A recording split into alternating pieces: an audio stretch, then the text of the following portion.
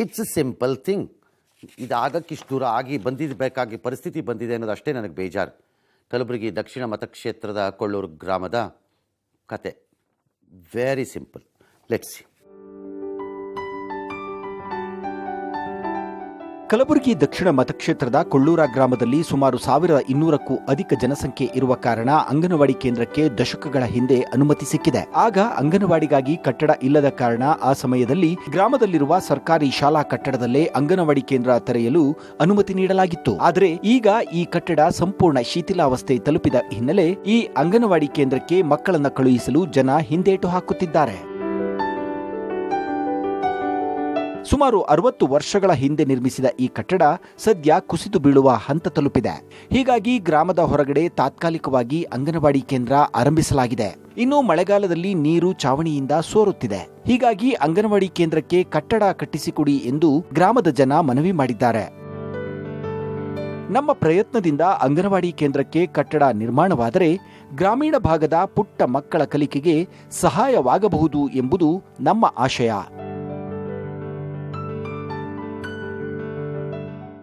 ಅಂಗನವಾಡಿ ಕೇಂದ್ರ ಕಟ್ಟಡದ ಕತೆ ಹಾಳಾಗಲಿ, ಅಂಗನವಾಡಿ ಕೇಂದ್ರ ಸರಿಯಾಗಿ ನಡೀತಿದೆಯಾ ನೋಡೋಣ. ಸ್ಥಳೀಯರು ಪವನ್ ಯಾರು, ತಾವೇನು ಮಾಡ್ತೀರಿ? ನಾವು ಅಲ್ಲಿ ಲೋಕಲ್ ಇದ್ದೀವಿ ಸರ್, ವ್ಯವಸಾಯ ಮಾಡ್ಕೋತಿದ್ದೇವೆ. ನಮ್ಮದು ಸಣ್ಣ ಪುಟ್ಟ ದಾಬಾ ರೆಸ್ಟೋರೆಂಟ್ ಇದೆ, ಮಾಡ್ತೀವಿ ಊರಲ್ಲಿ. ಹಾಂ ಸರ್. ಅದೇ ಊರಲ್ಲಿ? ಹಾಂ ಸರ್. ಅದೇ ನ್ಯಾಷನಲ್ ಹೈವೇನಾ? ಇಲ್ಲ ಸರ್, ಸ್ಟೇಟ್ ದಾಬಾ ಯಾಕೆ? ಹೋಟೆಲ್ ರೆಸ್ಟೋರೆಂಟ್ ಮಾಡ್ತೀವಿ, ಮಂದಿ ಬರ್ತಾರೆ ವ್ಯವಹಾರ ಸರ್. ಆ ರೂಟಿಗೆ ಹೋಗ್ತಲ್ಲ. ಎಲ್ಲಿಗೆ ಹೋಗ್ತದ ರೂಟ್? ಇದು ಅಫಜಲ್ಪುರ ಹೋಗ್ತದೆ ಸರ್, ಆಮೇಲೆ ಅಫಜಲ್ಪುರ ಹೋಗ್ತದೆ, ದತ್ತಾತ್ರೇಯ, ಗಣಗಾಪುರ. ಮತ್ತೆ ಚಲೋ ಮಂದಿ ಬರ್ತಾರೆ ಬಿಡ್ರಿ. ಹಂಗಾರೆ ಟೂರಿಸಂ ಜನ ಜಾಸ್ತಿ ಬರ್ತಾರೆ. ಸೈಯದ್ ಪಟೇಲ್ ಯಾರು? ತಾವ ನೀವೇನು ಮಾಡ್ತೀರಿ? ವ್ಯವಸಾಯ ಮಾಡ್ತೀನಿ ಸರ್, ಅಲ್ಲೇ ಊರಲ್ಲಿ ಕೊಳ್ಳೂರು ಗ್ರಾಮದಲ್ಲೇ. ಖಾದರ್ ತಾವು? ಹೌದು ಸರ್. ನೀವು ಅದೇ ಊರು? ಹೌದು ಸರ್. ಆ ಅಂಗನವಾಡಿ ಈಗ ಅಲ್ಲಿ ಇಲ್ಲೇ ಏನದ ಬಿಲ್ಡಿಂಗ್ ಬಿಲ್ಡಿಂಗ್ ಅದ ಸರ್, ಸುಮಾರು ಐತ್ರಿ ಬಿದ್ದೋಗ ಸ್ಟೇಜಿಗೆ ಬಂದೈತೇನ? ಬಿದ್ದು ಹೋಗೈತಿ. ಅದು ಮೊದಲ ಸ್ಕೂಲ್ ಇತ್ತು ಸರ್, ಅದು ಅಂಗನವಾಡಿ ಅಂತ ಹೇಳಿ. ಅದು ಒನ್ ರೂಮ್ ಏನ? ಒಂದು ಸಿಂಗಲ್ ರೂಮ್ ರೀ. ಅದು ರೂಮ್ ಅಂದ್ರೆ ಸರ್ 45 ಇಯರ್ಸ್ ಬ್ಯಾಕ್ ಸ್ಕೂಲ್ ಇತ್ತು ಸರ್, ಅದು ಪ್ರೈಮರಿ ಸ್ಕೂಲ್. ಆ ಪ್ರೈಮರಿ ಸ್ಕೂಲ್ ಶಿಫ್ಟ್ ಆದ ನಂತರ ಅಲ್ಲಿ ಅಂಗನವಾಡಿ ಸ್ಟಾರ್ಟ್ ಮಾಡ್ರ. ಅಂಗನವಾಡಿ ಎಷ್ಟು ರೂಮ್ ಐತ್ರಿ? ಒಂದೈತಿ, ಒಂದು ಸಿಂಗಲ್ ಅದ ಸರ್, ಸಿಂಗಲ್ ರೂಮ್ ಅದ ಸರ್. ಅದು ಬಿದ್ದೋಗ್ತಾ ಐತೇನ? ಅದು ಮಳೆ ಬಂತು ಅಂದ್ರೆ ನೀರು ಸೋರ್ತಾ ಎಲ್ಲ ಮಳೆ ನೀರೆಲ್ಲ ಸ್ಕೂಲ್ ಒಳಗೆ ಇರ್ತಾವ್ರಿ. ಎಷ್ಟು ಮಕ್ಕಳು ಅದಾರಲ್ಲಿ ಅಲ್ಲಿ? ಈಗ 12 ಮಕ್ಕಳು ಇದ್ದಾವೆ ಸರ್, 3 to 6 ಇಯರ್ಸ್ದು. ಆಮೇಲೆ 6 ಮಂತ್ಸ್ಲಿಂದ 3 ಇಯರ್ಸಿಗೆ ಇದ್ದು 15 ಮಕ್ಕಳು ಅವ ಸರ್. ಟೀಚರ್ ಅದಾರೇನ? ಇದ್ದಾರೆ ಸರ್ ಅಲ್ಲಿ. ಚಲೋ ನಡೆಸ್ತಾರೆ, ಹೋಗ್ಲಿ. School correct. ಅಂಗನವಾಡಿನಲ್ಲಿ ಅಕ್ಕಿ ತಗೊಂಡು ಹೋಗ್ತಾರೆ, ಬೆಳೆ ತಗೊಂಡು ಹೋಗ್ತಾರೆ ಅಂತ ಗಲಾಟೆ ಮಾಡ್ತಾರೆ. ಇಲ್ಲ, ಗಲಾಟೆ ಮಾಡ್ತಾರೆ ಸರ್. ಇಲ್ಲಿ ಏನದಂದ್ರೆ ಅಲ್ಲಿ ಮಕ್ಕಳು ಬರ್ತಾವ, ಬಂದ್ ಕೇಸಂದ್ ಕುಂದಿರ್ತಾವ. ಮಳೆ ಬಂತು ಅಂತಂದ್ರೆ ಅವ್ರ ಪೇರೆಂಟ್ಸ್ ಕಳ್ಸಲ್ಲ. ಹಾ ಸರ್, ಒಂದ್ ಸ್ವಲ್ಪ ಮಾಡಗಿಡ ಆಯ್ತು ಅಂದ ಕೂಡ. ದೊಡ್ಡದೈತಿ ಆ ರೂಮು? ಎಷ್ಟೊಂದು 20 ಅಡಿ 20 ಫೂಟ್ ಬೈ 20 ಫೂಟ್ ಬರ್ತದೆ? 20 ಅದ ಸರ್. 20 by 20 ಇದೆ ಸರ್. ಅಷ್ಟೇ ಸರ್. ಈಗ ಅದು ಆ ರೂಮ್ ಚಲೋ ಆದ್ರೆ ಮುಗೀತಲ್ಲ ಪ್ರಾಬ್ಲಮ್. ಅಷ್ಟೇನಿಲ್ಲ, ಮತ್ತೇನಿಲ್ಲ. ಆಯ್ತು, ಅದು ಚಲೋ ಇಲ್ಲ ಸರ್. ಹೊಸ ಕಟ್ಟಡ ರಿಪೇರಿ ಮಾಡೋದಿಲ್ಲ ಸರ್, ರಿಪೇರಿ ಮಾಡಕ್ ಆಗೋಂಗಿಲ್ಲ, ಹೊಸದೇ ಆಗ್ಬೇಕದ. ಈಗ ಅದು ಹೆಂಗಾಗ್ಯದ ಸರ್, ಛತ್ತ ಬೀಳಕ್ಕಾಗ್ಯದ, ಮಳೆ ನೀರು ಬರ್ತದಲ್ಲ.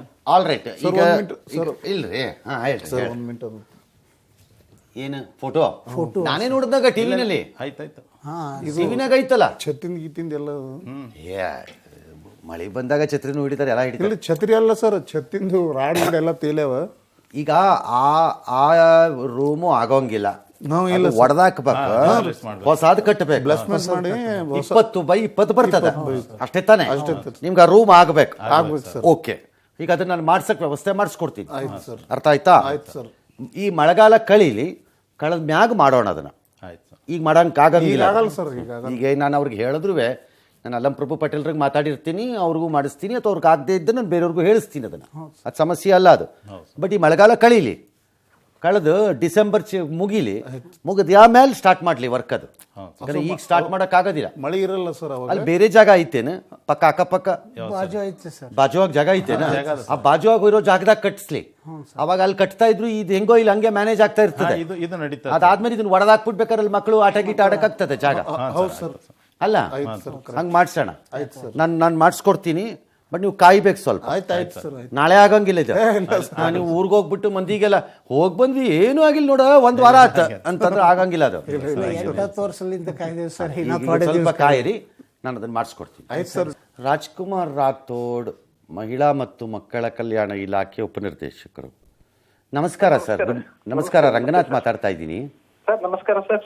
ತಾವು ಆರಾಮಿದ್ದೀರಿ? ಆರಾಮ್ ಸರ್, ಆರಾಮ್ sir. So nice, good.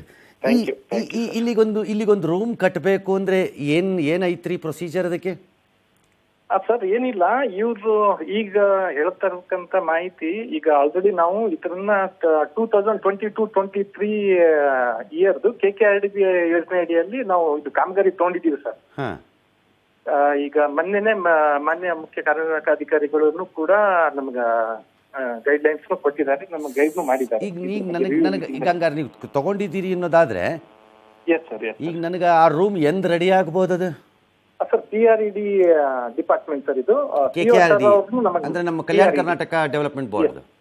S sir, yes sir. ಆ ಯೋಜನೆ ಅಡಿಯಲ್ಲಿ PRED ಏಜೆನ್ಸಿ ಅವರು ಓಕೆ. ಅವ್ರಿಗೆ ಯಾರು ಆಫೀಸರ್ ಅಥವಾ ಅದು ಯಾವ ಡಿಪಾರ್ಟ್ಮೆಂಟ್ ಬರ್ತದ?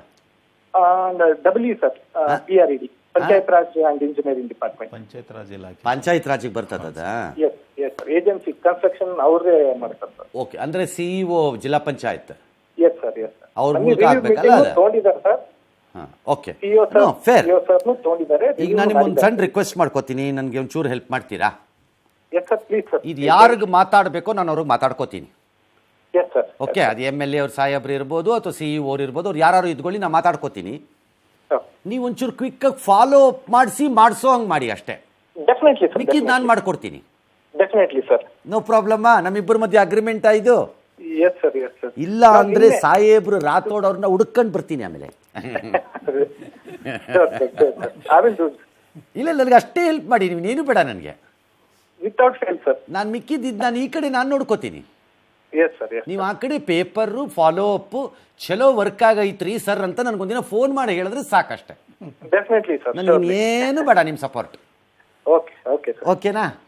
Okay sir. ಹಂಗಾದ್ರೆ ನಮ್ಮಿಬ್ರದ್ದು ಫ್ರೆಂಡ್ಶಿಪ್ ಉಳ್ಕೋತದೆ, ಇಲ್ದಿದ್ರೆ ಇಬ್ರು ದುಶ್ಮನ್ ಆಗ್ತೀವಿ. ಇಲ್ಲ ಸರ್. ಸಾಕಾಯ್ತು, ಚಲೋ ಆಯ್ತು sir. So nice of you, thank you. ನೀವು ಬಿಡಿ, ಅದನ್ನು ನಾನು ಮಾತಾಡ್ತೀನಿ. ಅದು ಯಾರಿಗೆ ಹೇಳಬೇಕೋ ಹೇಳೋಣ, ಅದನ್ನು ಮಾಡಿಸ್ಕೊಡೋಣ. ಬಟ್ ಸ್ವಲ್ಪ ಟೈಮ್ಗೆ ಕಾಯಿರಿ. ಆಯ್ತು. Okay, all right. 3 ವಿಭಿನ್ನ ಕಥೆಗಳು ಮತ್ತು 3 ಸಮುದಾಯದ ಕಥೆಗಳು. ನನಗೆ ಅದು ಬಹಳ ಸಂತೋಷ ಇವತ್ತು ಅಂತಂದರೆ, ಮೊದಲನೇದಿರ್ಬೋದು, ಎರಡನೇದಂತೂ ನನಗೆ ಅಮೇಝಿಂಗ್ ಅನ್ನಿಸ್ತು. ನನಗೆ ಮಹಾರಾಷ್ಟ್ರಲ್ಲಿರೋ ಒಂದು ಶಾಲೆಯ ಟೀಚರ್ಗಳು ತಮ್ಮ ಜೀವನದಲ್ಲಿ ಮೊದಲನೇ ಬಾರಿ ಬೆಂಗಳೂರಿಗೆ ಬಂದು ಕನ್ನಡಕ್ಕೋಸ್ಕರ ನಾವು ಬಂದಿದ್ದೀವಿ ಅಂತಂದಾಗ ನನಗದು ಎಷ್ಟು ಇದಾಯಿತು, ಆಶ್ಚರ್ಯ, ಸಂತೋಷ. ಕನ್ನಡದ ಹೆಸರಿನಲ್ಲಿ ಜೀವನದಲ್ಲಿ ಭಾಳ ಚೆನ್ನಾಗಿರೋ ಜನ ತುಂಬ ಇದ್ದಾರೆ. ಅದರ ಹೆಸರಿನಲ್ಲೇ ತುಂಬ ಚೆನ್ನಾಗಿದ್ದಾರೆ ಅವ್ರವ್ರ ಜೀವನದಲ್ಲಿ. ಬಟ್ ಅವ್ರ ಆಸಕ್ತಿ ನೋಡಿ, ಅವರಿಂದ ಬಂದಿದ್ದರು. ಇನ್ನು ಇವ್ರ 3 ಜನಕ್ಕೂ ಏನು ಸಂಬಂಧ ಇಲ್ಲ. ಅಂಗನವಾಡಿ ಆದರೆಷ್ಟು ಬಿಟ್ಟರೆಷ್ಟು ಅವ್ರ ಮಕ್ಕಳೆಲ್ಲ ಆ ವಯಸ್ಸನ್ನು ದಾಟಿ ಹೊರಗೆ ಹೋಗಾಗಿರುತ್ತವೆ, ಎಲ್ಲ ದೊಡ್ಡವ್ರಾಗೋಗಿರ್ತಾರೆ ಎಲ್ಲ ಮಕ್ಕಳು. ಅವ್ರ ಮಕ್ಕಳಾರು ಇದ್ದಿದ್ದರೆ ಸ್ವಾರ್ಥಿಗಳು, ಅವ್ರ ಮಕ್ಕಳಿಗೋಸ್ಕರ ಬಂದಿದ್ದಾರೆ ಅಂತ ಅನ್ಕೋಬೋದಾಗಿತ್ತು. ಹಂಗೂ ಇರಲ್ಲ ಅದು. ಆಲ್ 3 ಆರ್ ಇವತ್ತು ಒಂದು ರೀತಿ ಕಮ್ಯುನಿಟಿ ಡೆವಲಪ್ಮೆಂಟ್. ಲೆಟ್ಸ್ ಸಿ ಎಲ್ಲಿವರೆಗೆ ಏನೇನು ಮಾಡೋಕ್ಕಾಗತ್ತೆ ಮಾಡೋಣ. ಭಗವಂತ ನಮಗೆ ಶಕ್ತಿ ಕೊಟ್ಟಿರೋವರೆಗೆ.